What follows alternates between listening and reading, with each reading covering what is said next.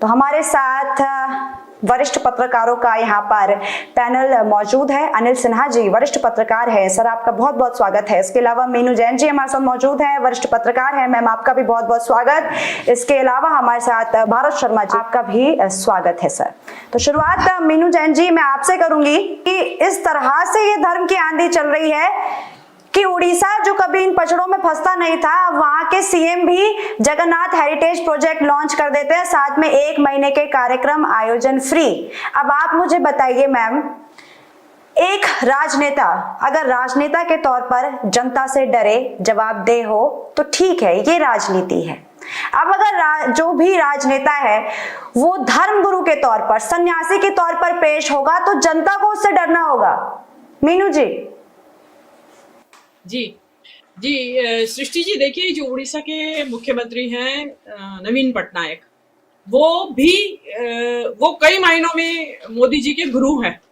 जो ये welfare schemes है वो आज से नहीं चला रहे हैं, वो 25 साल से वो काबिज है सत्ता के ऊपर और कोई एंटी इनकम्बेंसी उनके खिलाफ आज भी नहीं है। और वो क्योंकि अपनी जो उनकी योजनाएं हैं, जो मिनिमम गवर्नमेंट और मैक्सिमम गवर्नेंस उनका ये रहता है, तो वो चीज वो वहां पे उनके यहाँ चल रही है। और उन्होंने रही सही कसर बाकी ये निकाल दी, अगर कोई एंटी इनकम्बेंसी उनके खिलाफ होगी भी तो उन्होंने क्या किया है कि अपने एक ब्यूरोक्रेट को नौकरी से रिजाइन करा के, जो कि उनका सलाहकार रहा है इन पूरे सालों में, और उसको उन्होंने अभी पार्टी में शामिल कर दिया और वो अब सारी बागडोर संभालेगा।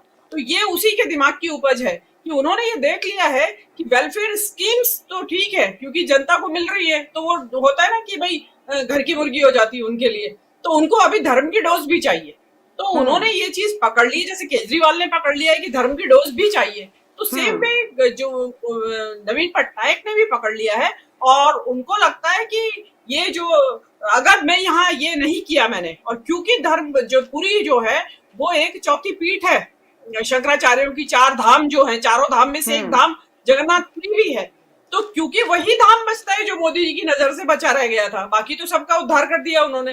तो उन्होंने टेकअप कर लिया। वो जो पांडेयन है वो बड़ा स्मार्ट मूव चला है उन्होंने, जो XIS है, और उन्होंने वो चल के और पूरा जो आप देखेंगे उसका, क्योंकि नेशनल कवरेज मोदी जी ने नहीं होने दिया या क्यों नहीं हुआ आई डोंट नो, लेकिन वो सारा जो वो कॉरिडोर उन्होंने जगन्नाथ मंदिर का बनाया वो बिल्कुल इसी तर्ज पे हुआ है जैसे कि आपके महाकाल मंदिर का या विश्वनाथ कॉरिडोर का, इसी तरह की भव्यता, उसी तरह की जो आपने बताया अभी, तो वो उन्होंने वहां से पकड़ लिया है। तो वो चीज तो देखिए, मैं तो ये मानती हूँ, देखिए कांग्रेस भी कितने, एक सुनिए जरा, कांग्रेस भी इतने दबाव में है कि नेताओं को कहा जा रहा है कि आपने मना क्यों कर दिया जाने से, आपको जाना चाहिए था।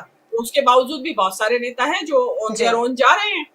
हाँ, तो पब्लिक को जब ये बर्दाश्त है ना भाई, अभी मैं आपको अभी जरा सा उदाहरण छोटा सा दे देती हूँ। तो मेरे घर के बाजू में दिए लाए वो बाजार से 100 दिए करीब, और उनको धो के सुखाया हुआ है आज जलाने के लिए। तो वैसे उनके पास कहने की बात नहीं है, गरीबी का हालम ये है कि उनके पास तेल नहीं है खाना बनाने के लिए, लेकिन दिए में तेल डालेंगे, वो दिए में तेल डालने के पैसा है। तो धर्म की जो अफीम है उसमें लोगों को ये लगता है कि भाई धर्म तो हमें हर हाल में करना है, चाहे भूखे पेट सोना पड़े। अब लोग कह रहे हैं कि 500 रुपए हो जाए चाहे तेल पेट्रोल, लेकिन खरीदेंगे। बाकी का धर्म की इसी तरह ये ध्वजा इसी तरह फहराती रहनी चाहिए। तो अब लोगों का जब पब्लिक के दिमाग में जो कहते हैं कि भी धर्म अफीम होता है और दिमाग को कुंद कर देता है, विवेक को या आपके शक्ति को सोचने समझने की, तो वो चीज आज आपको पूरे बड़े प्रकट रूप में दिखाई दे रही है आपके चारों तरफ।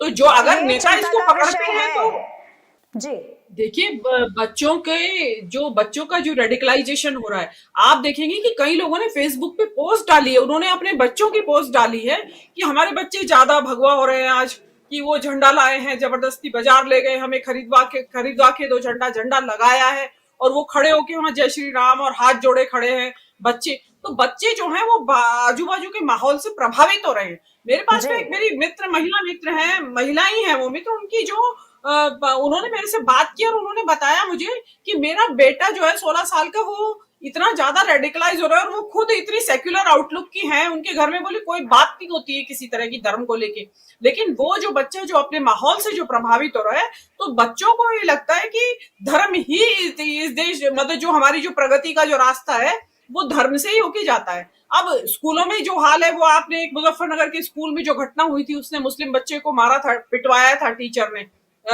दूसरे बच्चों से कि ये लेसन ठीक से याद नहीं कर पाया और कहा कि मुसलमान तो होते ही ऐसे हैं। याद होगा आपको कि 4-6 महीने पहले की बात है, बहुत बवाल हुआ था। तो वो चीज यहाँ पे हो रही है और बच्चे बिल्कुल देखे, जो बच्चे बाल मन होता है जो, वो तो साइकोलॉजिकली ये इम्प्रेशनिस्ट स्टेज होती है। इस टाइम इम्प्रेशन जो भी घर में हो रहा है, उसके स्कूल में हो रहा है, और जो उसकी टीचर कह रही है। अब टीचर कह रही है कि कल हम झंडे लहरा, भगवा झंडा जो भी है इसको लहराया जाएगा, या कल यहाँ पे सुंदर पाठ कांड का पाठ होगा, या कोई भजन कीर्तन होगा, तो बच्चा तो माँ से ज्यादा टीचर की बात मानता है।